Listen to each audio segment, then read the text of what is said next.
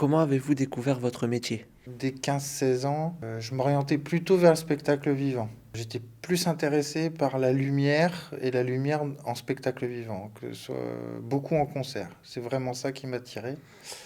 Et c'est plus après, en cherchant des formations et en tombant sur le BTS audiovisuel et par les gens aussi que j'ai rencontrés, où mes choix se sont un peu affinés et je me suis dirigé vers la vidéo, vers l'image en vidéo. euh, et c'est un peu comme ça que j'ai découvert ce métier. Que faites-vous dans votre métier? Opérateur de prise de vue, je suis responsable de l'image au sens général. En vidéo, ça va concerner la mise en place de la lumière, du cadre, tout ce qui est réglage de caméra.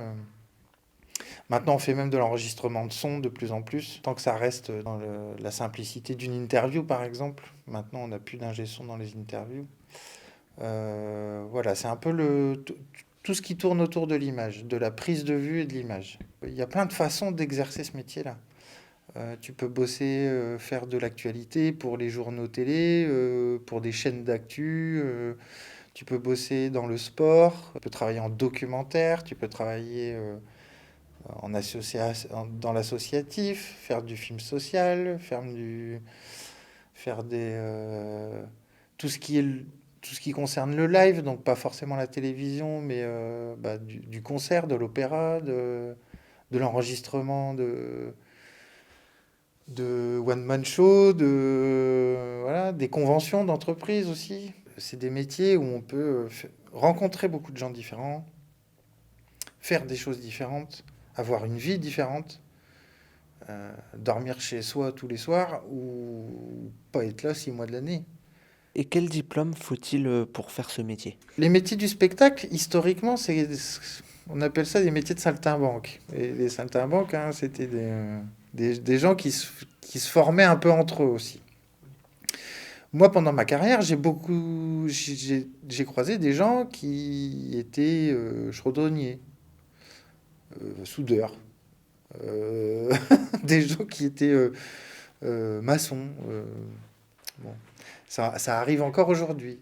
Je pense que ça arrive de moins en moins parce que les formations se sont développées. Il y a de plus en plus d'écoles, que ce soit des BTS ou des écoles privées ou des formations universitaires aussi, euh, qui forment à tous ces métiers techniques de la vidéo, du son, de la lumière.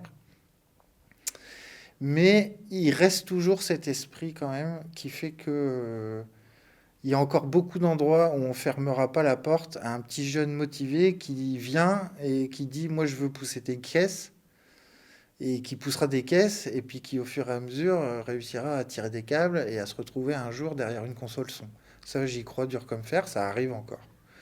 Donc et les métiers du spectacle c'est encore des métiers comme ça où une espèce de compagnonnage qui peut encore se faire sur des gens qui n'ont pas de formation mais qui ont une farouche envie. En quoi donnerez-vous envie aux gens de vouloir faire votre métier? C'est des métiers où il faut faire des concessions, où c'est pas facile tous les jours, mais la contrepartie, la contrepartie humaine et voilà, du plaisir de faire ce métier est pour l'instant toujours plus forte.